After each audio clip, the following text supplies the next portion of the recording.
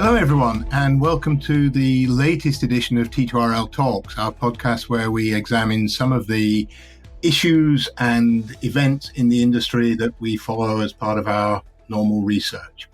We're talking today about offer, order, settle, deliver, the progress towards adopting these new processes and new technologies in the industry. I have with me two very distinguished panelists. I have Bert Craven, Deputy CEO of T2RL and head of the travel technology practice, and Ian Luck, who is president of the distribution practice at T2RL. So if these two guys don't know what's going on, then probably no one does. I'd like to just start by calling out something I saw coming out of the GBTA conference last week. There was a poll, apparently, of their agents that said 55% of them believe that airlines are moving too fast in introducing NDC. It's been 11 years. How slow do they actually want it to go? But behind that lies some very interesting issues that I'm sure we're going to touch on. And Bert wants to come in straight away, so go ahead. No, it's just, it feels like we've been doing NDC for a long time. I think what's happening much more rapidly now, and that maybe agencies are starting to feel, is rubber hitting the road in terms of the architecture, of the market changing and content starting to shift around.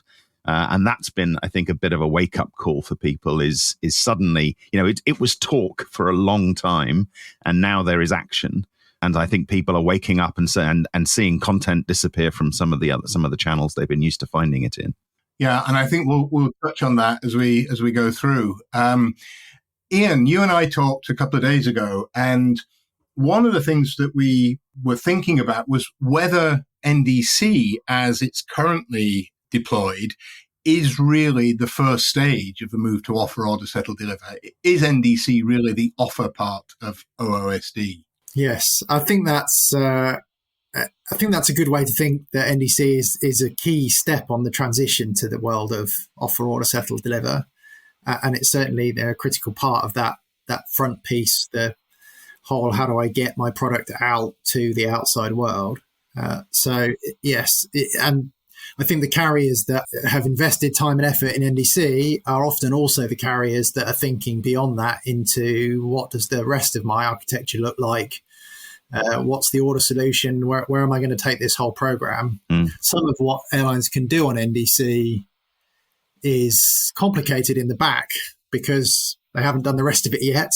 And probably they can unleash more of what NDC enables by doing the rest of the process and having everything coming together. Okay. Yeah, and I think that's the key phrase is how do I get my offer out to the outside world? And to that extent, NDC was architectural and foundational. It was a message standard, it was a mode of connection and so on. And a lot of the effort that's gone into NDC has been bedding in both the technical architecture, the messaging standards, the changes in some of the contracts that were required. And now what we're seeing in this next generation of offer is saying, okay, I now have the channel and I have the mechanism. What is it about my offers that are now going to be different now that I can get them to the market in a way that enables whatever it might be? Is it dynamic pricing, etc.? And so I think this next phase of offer, what we're seeing now is far fewer airlines coming to us and saying, we want to go to market for NDC, is we want to go to market for something like dynamic pricing, because we now have the channel that can support this next phase. Okay, I think that's very important, and we will return to that. But just to start with, I want to think about how much activity is there really around NDC? We've seen quite a lot of announcements recently of airlines and aggregators and GDSs announcing contracts, announcing they're going to do stuff. But my feeling is that it's only a handful of airlines that are really doing substantial volumes using NDC. Ian, you're closest to this market of all of us. Do you agree? Is it really a handful of airlines that are driving this? I think it's right that in terms of people who have very significant adoption, it is a relatively small number of airlines still. Big 3 European airlines have all been fairly public about getting significant NDC adoption. in the last few years. We seems to be seeing, more from the US, American and United, who've both been doing NDC a long time, but seem to be kind of accelerating progress and content changes more recently. Different strategies, but both with quite a lot of additional content available via NDC. I suspect a lot of the NDC bookings in the world do come from a relatively small number of carriers. I think what is true, as you said, is there's a lot of announcements, and we know that the GDSs all have quite a lot of airlines on their roadmap. We've heard Amadeus say that next year could be the year of significant adoption.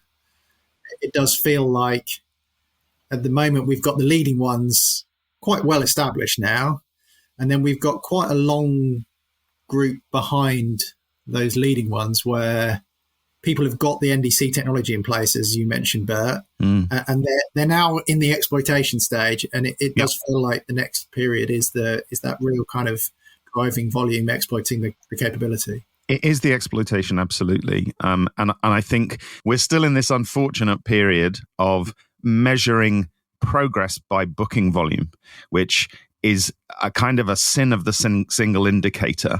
I don't think booking volume is ultimately the right way of measuring this.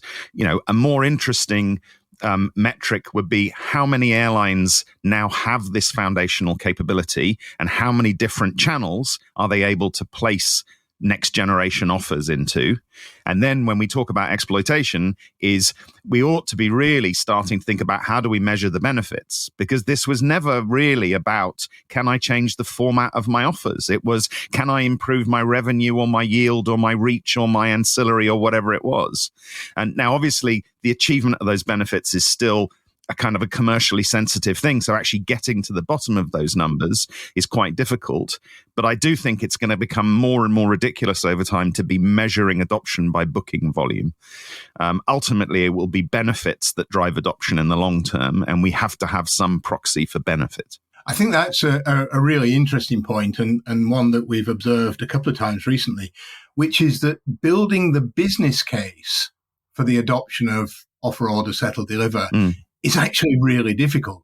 Yeah. And I've seen a couple of attempts published online to drive a business case, and they all seem to be based on assumptions that are at best flaky or questionable, and at worst, downright wrong.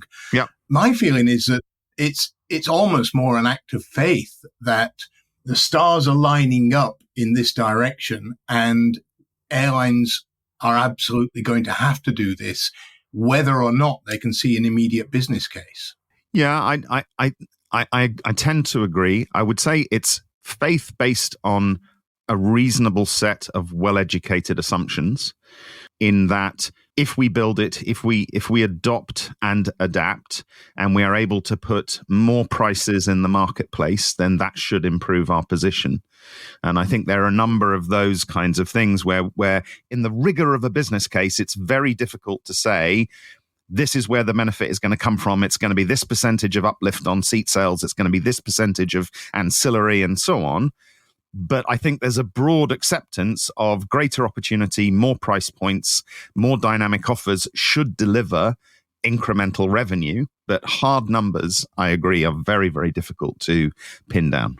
I guess at individual airlines, it's easier for people to have a go at this. It's always hard to do industry numbers. I can think of airlines that we've talked to who say, let's talk about continuous pricing as a particular one. I compete with a low-cost carrier on some of my key routes, and they have much more pricing control and flexibility than I do.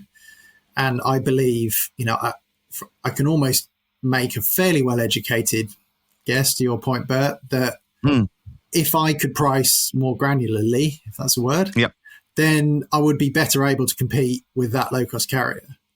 And then you do start to get this kind of wave effect where, once people see and hear that airline A and airline B and airline C that are legacy carriers have continuous pricing or dynamic pricing of some sort, then other legacy carriers say, okay, now I've got even more of my competition out there in the world that's got all this capability that I don't have. And I am starting to get worried that they're going to be able to price and get offers to the market that I can't. And also, it's quite a long journey for me to get there, potentially, if I'm starting from scratch. So I'd better get moving. I think, there is that. And I think we've talked about this previously. There's a tipping point where the business case becomes the risk and cost of doing nothing.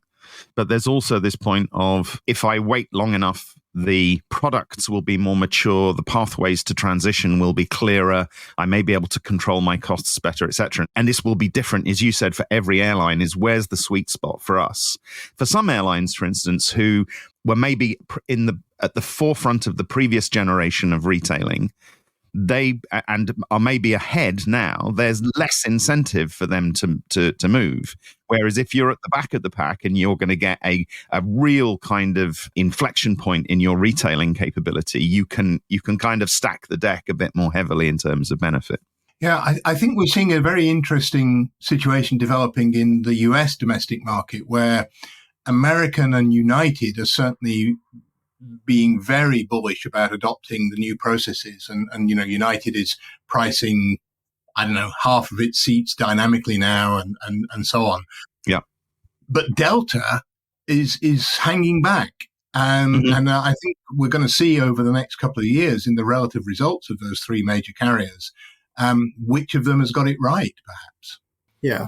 It's interesting. I mean, Delta's always said that they wanted it to be more ready and more mature before it was adopted. They've taken the position that you shouldn't rush this stuff to market before it's ready. And everybody, every airline and indeed agencies have a different view on, do you try and go early, make some change, be near the front of the pack of change, even though there's still a few things that need to be sorted out in the background, or is it better to see how the industry moves forward, make sure the technology is ready, all those kind of things, and go later? And it is a different decision for every airline, definitely. Yeah.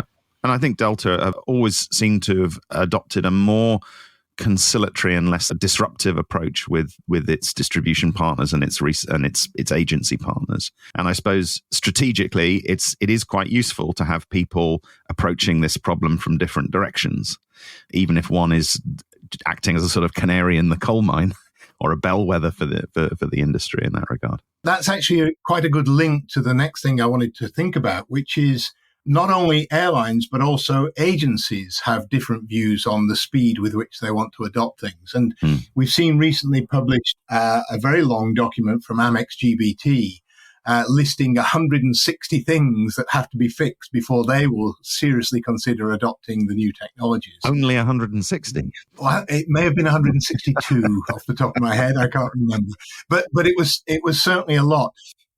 To my mind, it was a curious list because quite a few of the things on the list were entirely under their own control. Yeah. So they were saying, we're not going to do this until we've fixed X, Y, and Z. But quite a lot of the others were in terms of the technology and the user interfaces and so on that the airlines were going to make available to them. Do we think Amex is being just too conservative and too unwilling to move forward and take a little bit of risk to achieve the benefits of moving along? I don't know. I think it's almost they're reacting to a perceived risk. I mean, I think they are quite worried about the fragmentation of content. They're probably being quite realistic about how far they're going to have to move in order to counter that risk. I was trying to work out what other reason they could have for adopting that stance, if you see what I mean, because it was a as you said, they were fessing up to a degree and saying there's a lot of work to be done here. I mean, to my mind, there definitely are different approaches from different agencies, different TMCs. There's something about size where larger ones probably are a little bit more cautious. There's something about how recently you built your technology. And, if your company was only created 5 years ago and it was built on different standards, then you may be more flexible. And there is examples of that. Yeah. Also, if it's your technology, I mean, there will be instances where you're dependent upon technology partners. I think all TMCs, certainly that I speak to, everybody wants the content. Everybody wants to have the best content they can get from airlines. I think every agency TMC I speak to understands that NDC will enable airlines to provide better content. It's not helpful to agencies if airlines say, well, I've got all this great new content, bundles, continuous pricing, but it only works on my website. Agencies want airlines to do this and want airlines to do NDC. Where there's a big difference of opinion is about speed and how fast do you go. A bit like the conversation, as you said it, about between one airline and another. Some TMCs would say, don't change too much until you've made sure all the technology works really, really well. And others would say the upsides of new content are worth taking some risks on the kind of process side. Yeah, and I also think that the TMCs are going to be worried that the airlines, in their rush, let's call it that, will leave a gap technologically. So the airlines are just going to sort of say, look, here's my API. All my great content is here. Just come and connect to this. And the agencies and TMCs are going, well, hang on a minute. It wasn't just the content. There was a whole set of booking and servicing tools that I was reliant on that were built into my old channel. And all I'm getting now is an API with a load of pointy brackets coming out of it. And there's actually a much bigger job to take that content and deliver it and service it and all the rest of it, because you've chopped off the kind of the business end of the channel, as it were. And how long is a fair amount of time to give the relevant third parties to get ready is a debate that you can't be objective about. Everyone's going to have different views. And as we said, there's also a load of commercial relationships between airlines and GDSs, airlines and TMCs, TMCs and GDSs, corporate booking tools, and those things also have an impact that are hard to unpack because they're private and confidential. Yeah, that's right. Jeff Klee of Amtrav published a guest editorial just last week, maybe the week before, where he responded to the Amex GBT list of missing items. And basically what he said was, yeah, that's all real, but you're not seeing the big picture. And if you don't get with the program and see the big picture, you're going to lose out. Do we think Jeff's right? And to me, he's clearly at the other end of the spectrum that we talked about before. He's of the view that there's a lot of advantages and benefits of getting access to new content. It's probably going to accelerate the amount of airlines and the types of new content that are there. And those things outweigh some of the problems that exist, that that things are not perfect. Nothing is, but I guess the question is how far away from perfect and how much does it impact your customers? Jeff's view seems to be focused on the benefits. Others would say the downsides of problems with servicing or back office processes outweigh some of that. And it will be very interesting to see going forward whether those that are bolder or not are the ones that do better in the marketplace. I think we will find out probably quite quickly over the next year or so how that plays out. And you interpreted that as Jeff basically was he claiming that GBT were making excuses or that they were missing the bigger point? I don't know what you think here. My view was that it was more about missing the bigger point. Yeah, I agree. He didn't claim that NDC was perfect. No, far from it. He definitely said there were issues, but the benefits and the increasing benefits coming would kind of more and more outweigh some of those problems. Yeah, I mean, the way I see it is that it's a classic issue of short-term versus long-term perspective. In the short term, Amex GBT is absolutely right. There's 160 things that they need to address in order to carry on their business using these new techniques. In the long term, Jeff's probably right, because it is very likely that in the slightly longer term, airlines are only going to make interesting content available in these newer channels. And anyone who wants to stick to the old GDS, Edifact, traditional P&R ticket configurations are going to be left behind. So the question for me is, at what point do the long-term benefits actually outweigh the short-term challenges? And I think it might be sooner than many people think.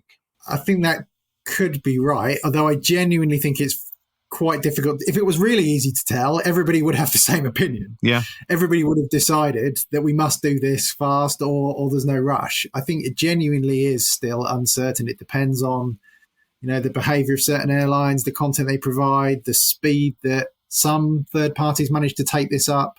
So it really will be fascinating, but it does feel like it's changing quite fast at the moment. Yeah. Is it like the four blindfolded people all describing the elephant from different ends? You are going to describe the problem immediately in front of you, right? Yes. Yeah.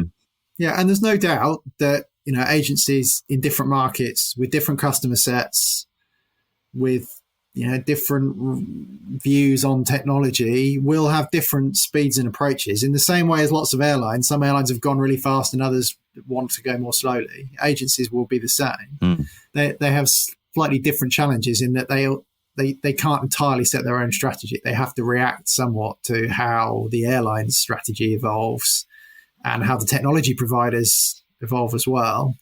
I don't think it's an easy decision if you're sitting in a TMC at the moment to figure out how fast you go.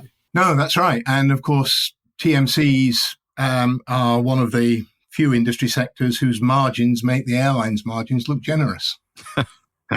So their appetite for risk is not necessarily very high. Yeah, that's probably a fair statement. Yeah. Okay, let's move on a little bit, because there's a whole bunch of people out there who are trying to move us along. Yeah. And one of the companies that I think is very interesting is ATPCO. ATPCO, I think we're all aware of ATPCO as being the repository of all the world's filed fares and the distributor of filed fares. And of course, one of the things about moving to an offer order environment is that filed fares no longer are relevant in the way they were in the past. Maybe they go away completely. So ATPCO has been very active in proposing a whole bunch of things it can do with its technology and capabilities to help the industry move forward. And just recently, they published a white paper proposing a global network of offer engines that would be located locally to the travel sellers and be able to take up the burden of the very high look-to-book ratios that we're seeing in the modern world. What do we think of this idea? Is it a flyer, or do they still need to think it through some more? I think at a high level, one of the core questions is there still a need, and is there still room for what I would describe as industry utilities? And I think the answer is probably yes. The exact role of the industry utility will be an interesting one. There are some problems like this that do need to be solved. It's difficult to say whether ATPCO's current proposal for a solution is the right one, but there are almost certainly going to be problems that are better solved cooperatively than competitively. And so I can certainly see a role for something like that. I mean, there are some issues about how do we deal with things like interline offers and that kind of thing. How do we have kind of rules for constructing offers today, and they're kind of implemented by agreement. As we move to a world of dynamic offers where every offer is being individually calculated by the offer originating airline and then participated in by other people, the exact rules and flow for that haven't been bottomed out and could, in the short term, become extremely inefficient in terms of, as you said, Ian, polling and just the number of requests. And where it's not clear, the default behavior by those people trying to sell will be just poll everyone all the time kind of thing. That will be the behavior that they default to if there isn't a more efficient and regimented way of constructing complex offers. Yeah, I mean, I think the issue of interline is one that's dogged the adoption of NDC since it was first mooted, 10 years ago. Speaking personally, I was in the IATA interline working group for NDC for about 4 years. And in that time, we produced 9 volumes of requirements.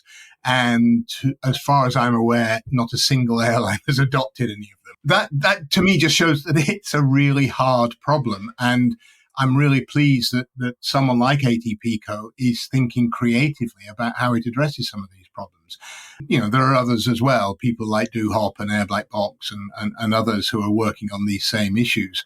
So yeah, interline is certainly a big challenge. Potentially incredibly high look-to-book ratios or volumes of shopping transactions is another issue. I'm very happy that ATP Co. and one or two others are really thinking creatively and putting proposals out into the market. Yeah, I think it's right. It's some of these problems. It's not clear whether ATP Co. or anybody else's solution is the right answer, but the fact that we have people who have good knowledge and technology capability investing time and effort in trying to propose solutions.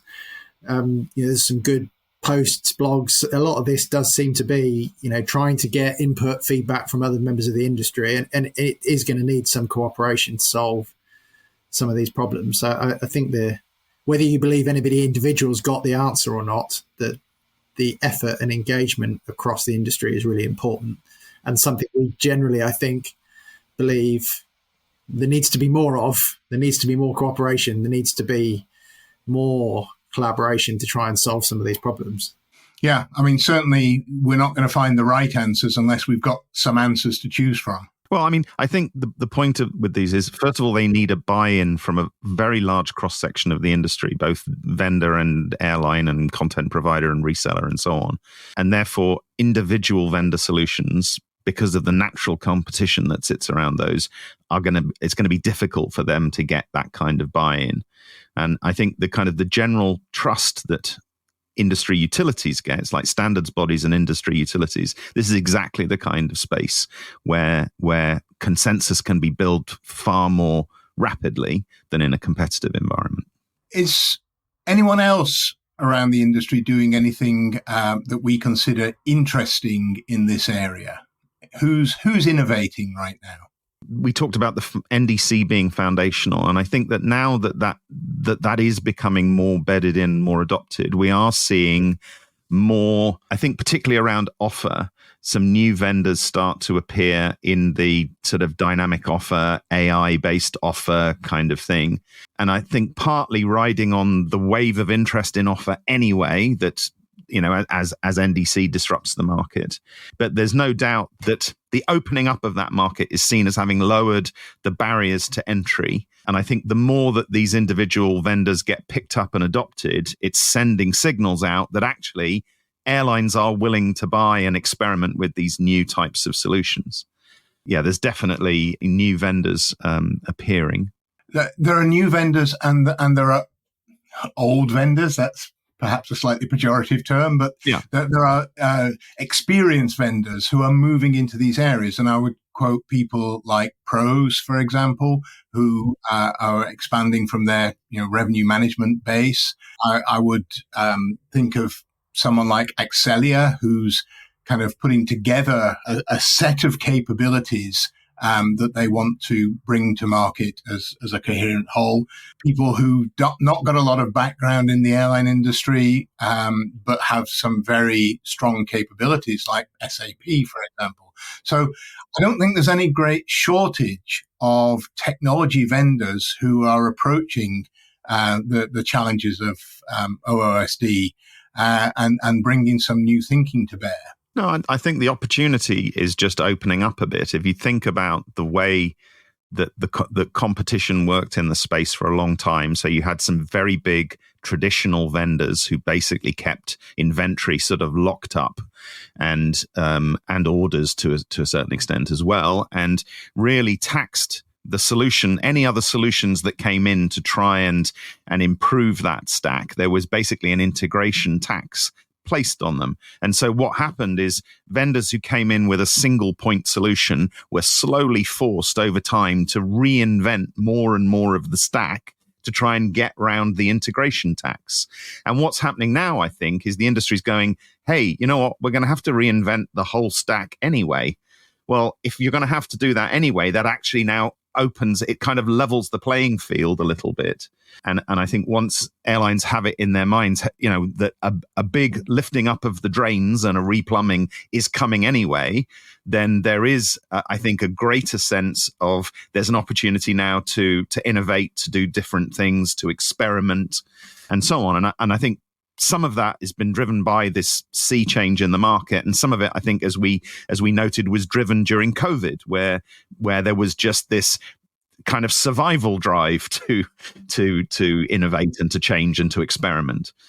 So I think those two things, coming together, are going to create new opportunities for new vendors and create expansive opportunities for, as you call them, Ian, the older vendors.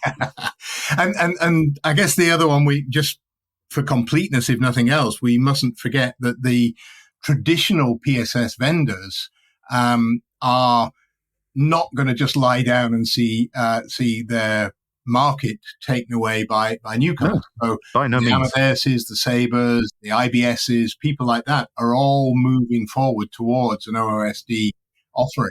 I would say they're some of the most active, the busiest. Obviously they have most of them have a large existing customer base who they need to reassure that there is a clear pathway to the next generation and to the benefits that those technology changes will bring, because nobody's offering a cost-neutral pathway at the moment, as far as I can see. So I think we're all having to bet on the benefits, which brings us back to this issue of the business case. Looking at the across the whole sort of market environment, we can see that there is a broad acceptance that this is the way forward. We're going to move forward to an offer, order, settle, deliver world. There is a large number of vendors with products and services that they can offer into that world.